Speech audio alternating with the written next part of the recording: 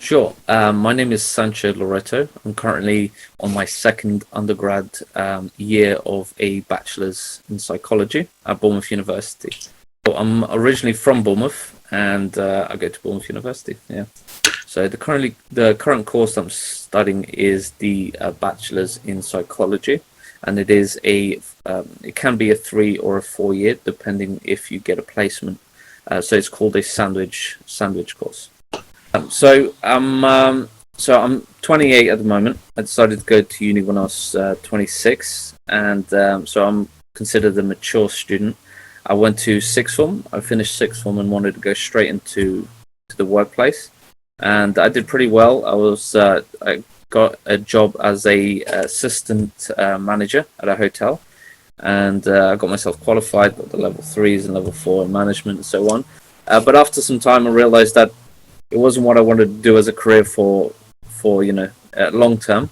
So and I always was interested in psychology. I was watching all sorts of lectures online and reading books, and I decided, why not take 3 or 4 years out of my life and get myself qualified as well, not get myself qualified, but get a degree in psychology, and then see where that takes me. Yeah. So at first, I think most people are like me. You have a certain perspective or point of view of what course might be, but then obviously when you start, it's completely different. It's not that university is misleading or anything like that. I guess it's just a lack of knowledge. In my case, I didn't have anyone who had done that course before or anyone who was interested in it, so I had to kind of do my own research, which I did. But a lot of topics I didn't quite understand, so I kind of just glossed over them until I got to university, and then realized that there was statistics, quite a lot of it involved in all the reports that you need to do, and a few other things. Obviously, at first I was like, I avoided math, statistics, like the plague of my life. So, and then I need to get to university and have to do statistics, but it was absolutely fine. You get taught everything that you need. So I picked it up really well, and so far I'm doing great. So far I'm really enjoying my course. You came from a sixth form background, as you said. Yeah. What are the best and worst A levels slash subjects for your course? So one thing that a lot of people might not know is that psychology is quite a broad field. There's many different fields in psychology. And there's many different skills or courses that you can that will benefit you. As I mentioned earlier, so maths could be certainly one of them. Writing is another. There's a lot of writing, and there's also the sciences. So specifically biology, there's a lot of biology involved. So those I would say are quite useful. However, in my case, I didn't have any of those.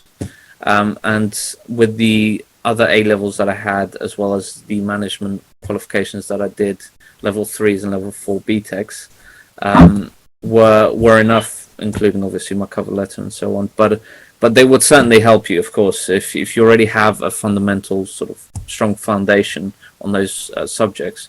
It will be a lot easier, and as well as psychology A level, would certainly be a step up. But then you get a rough idea as to what psychology really is about. So for me and many students in year 2 and year 1 at the moment, it's a very unique time because of COVID, so with the restrictions and having to do everything at home. So it's very hard to be, I don't know, say the worst things about it, because it's not a normal sort of situation. But in terms of positive, in terms of the current situation, I think the lecturers really did adapt well, and they tried their best to transfer everything to online, which is obviously difficult for students, considering changing towns and cities, living somewhere new, not knowing anyone, and then all of a sudden have to be stuck indoors. I understand that that side of things, but it's also difficult for lecturers to completely change their whole system, and I think they've done a really good job, at least with my course. So I think that that's one of the positives during this current time. I guess my experience would be as a mature student, it's very different than maybe other groups of students. I'm solely there just to get my degree, as well as get involved in other sort of extracurricular activities, just to sort of boost my degree. But I would say would be the availability and the knowledge and support to be involved in other things apart from your degree. So I decided to live with my parents during my course. So I'm at home. So for me, I live maybe about 20 minutes from the university, in a town centre. So yeah, sure. So if you can, obviously, if you're not maybe changing cities or anything like that, I would definitely recommend living at home. It certainly takes a lot of stress off your, I guess, off your sort of your time at university, and you also save some money if you are getting maintenance loans, for example. Living at home, you'll be able to use that money for other things that you need, and you won't have to sort of worry about, running out, or you only have a certain amount by the end of, the term or something along those lines. But yeah, it certainly helps. Yeah, I mean, I don't go out as much as I used to, but it certainly is good. There are a lot of bars, a lot of clubs in the town centre. So if that is something that you're interested, there's certainly loads, and they are very close to each other. So what I mean is that there's a lot of streets with just loads of bars and clubs, so you can sort of hop from one to the other in a night out, and you can have a good time. And there's a lot which are specifically connected to the university, such as the old fire station in Lansdowne, which is not too far from the university, which is well known for hosting freshers and all sorts of other student events. Yeah, so you've got a combination of many shops. So you've got big franchise supermarkets like Asda. You have Co-ops and Tesco's. A lot of them are actually around the student area, which is in Lansdowne. And you have also other places like Charmiston and Winton, which has a lot of other independent stores, supermarkets, and where you can get all sorts of foods from all sorts of places. Yeah, I guess again, many independent ones, as well as massive franchises. And I'm assuming, like any other place, you've got Deliveroo, you've got Just Eat, you've got Uber. So you've got those options to be delivering to your home. But you also have, you can go to these places as well. In the town centre, you've got McDonald's, KFC, Burger King, all those kind of usual suspects. But you also have, really nice fancy restaurants that you can go from time to time with your friends. Yeah, sure. So most of my, I would say, my involvement was done at the start of year 2. So this year, this academic year, and so I got that through an advert, basically, through our department, and I was really eager to, get involved in more sort of extracurricular activities. So that was one of them, and yeah, it was a great experience. At first, I had to, as an example, review descriptions of assignment briefs, just to make sure that they were sort of clear and there wasn't anything there that students might find difficult.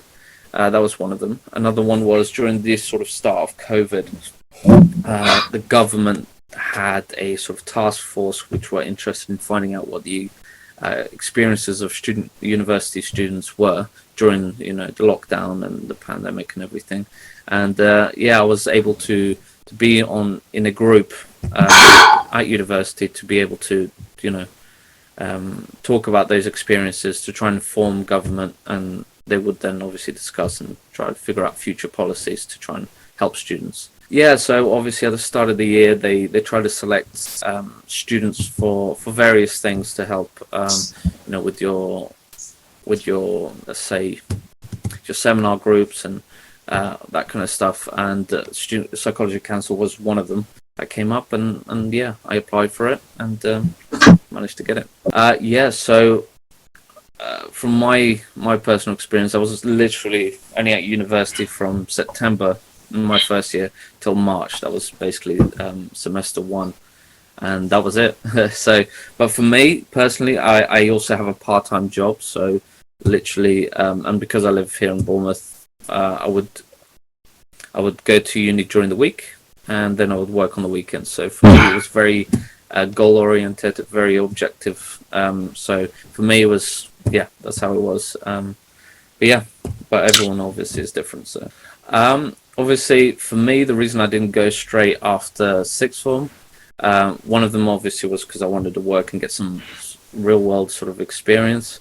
And I think if I was to go to university then, I wouldn't do as well as I would do now. And quite frankly, I didn't know what I wanted to do when I finished sixth form.